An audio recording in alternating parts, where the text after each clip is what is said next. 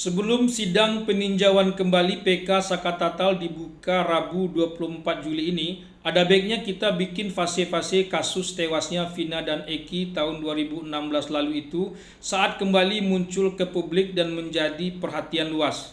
Pertama, fase film Vina sebelum 7 hari. Fase ini bercampur antara fiksi dan non-fiksi. Bahkan fiksinya tak sekedar cerita rekaan atau imajinasi belaka, tapi juga dibalut dengan cerita horor, karena film itu sendiri bergenre horor, meski sejak awal dikatakan berdasarkan kisah yang nyata. Intinya, film Vina sebelum 7 hari itu berpandangan bahwa Vina dan Eki tewas dibunuh dan diperkosa, bukan kecelakaan seperti laporan polisi pertama kali. Dibunuh dan diperkosa oleh geng motor, dan otak pelakunya setelah 8 tahun masih belum tertangkap oleh karena orang itu adalah anak dari seseorang yang berpengaruh di negeri ini.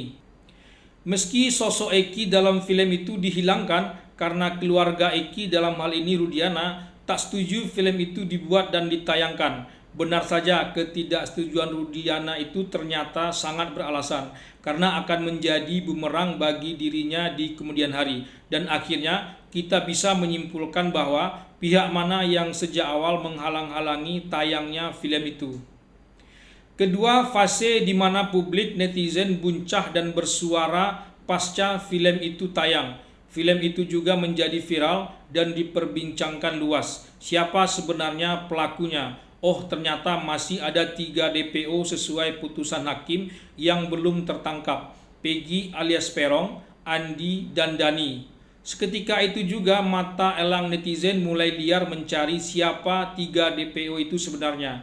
Oh, anak mantan bupati, diklarifikasi. Oh, ternyata bukan. Anak mantan perwira polisi, bahkan dikatakan cucu mantan Kapolri, diklarifikasi juga. Oh, ternyata bukan. Tapi netizen ragu.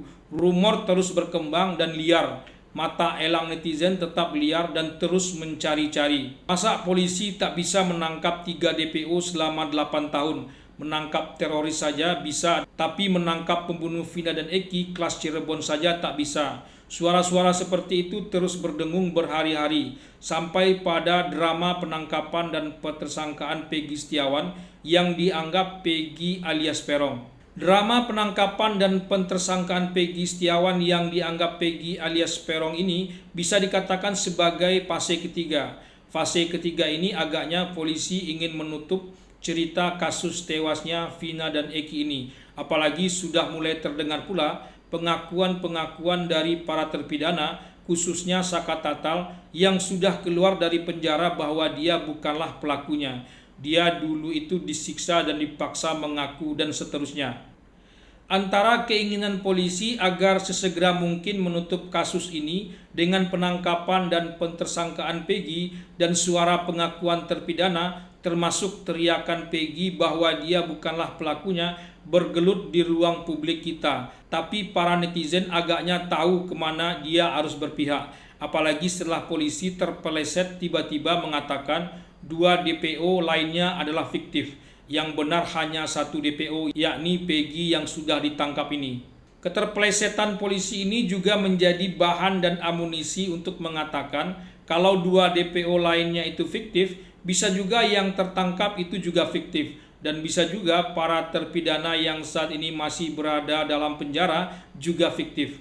Polisi seperti tak bisa membendung suara-suara kritis para pengamat, kuasa hukum Peggy yang mulai banyak, dan bisingnya netizen seperti tahu semuanya. Maha benar netizen beserta jempol-jempolnya.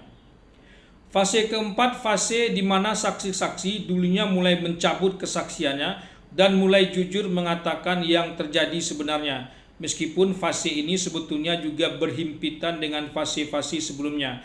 Tapi fase ini perlu dibuat tersendiri, sebab sampai saat ini pun saksi-saksi itu mulai muncul dan berkata yang sebenarnya. Terbaru Dede, temannya Aep, juga bersaksi. Aep semakin terpojok dan saat ini hilang entah kemana. Uwis memandi jenazah Vina juga bersaksi. Tak benar ada tusukan atau sayatan di tubuh Vina saat ia memandikan dulu. Kahfi, anak Pak RT yang masih berbohong, dibantah oleh Irfan lengkap dengan bukti-bukti yang tak terbantahkan. Boleh dibilang saksi-saksi yang masih bertahan dengan kesaksiannya hanya tinggal Kahfi dan Pak RT, bapaknya Kahfi, lalu Aib dan Rudiana yang terlihat tak bisa lagi dipercaya karena bukti-bukti yang mulai terbongkar. Fase kelima adalah fase menangnya Peggy Setiawan pra-peradilan. Ini fase yang cukup mengharukan. Mantan Jenderal Polisi Susno Duaji sampai tak bisa membendung air matanya dalam sebuah acara talkshow di televisi bersama Peggy. Akhirnya kebenaran dan keadilan menemukan jalannya. Bayangkan kalau Peggy Setiawan kalah pra-peradilan, kebenaran dan keadilan semakin sulit kita ketahui. Kuli bangunan, orang tak mampu, putus sekolah, tulang punggung keluarga yang sudah berpisah ibu dan bapaknya akan membusuk di dalam penjara bersama yang lainnya. Terlihat jaksa dan hakim mulai tak sejalan dengan kronologi yang dibuat polisi dulunya. Polisi masih terlihat bertahan dan tak berubah sampai saat ini. Agaknya masih menunggu putusan PK Sakatatal yang baru akan disidangkan 24 Juli ini dan akan menjadi fase ke-6 atau fase penentu kasus Vina dan Eki ini. Sebab fase ini akan berusaha mengubah cerita pembunuhan dan pemerkosaan kembali lagi pada cerita kecelakaan, baik kecelakaan tunggal maupun kecelakaan sebab lainnya. Diterima atau ditolaknya PK Sakatatal ini akan menentukan fase-fase berikutnya. Semoga saja kebenaran dan keadilan yang menemukan jalannya seperti fase-fase sebelumnya, bukan justru sebaliknya.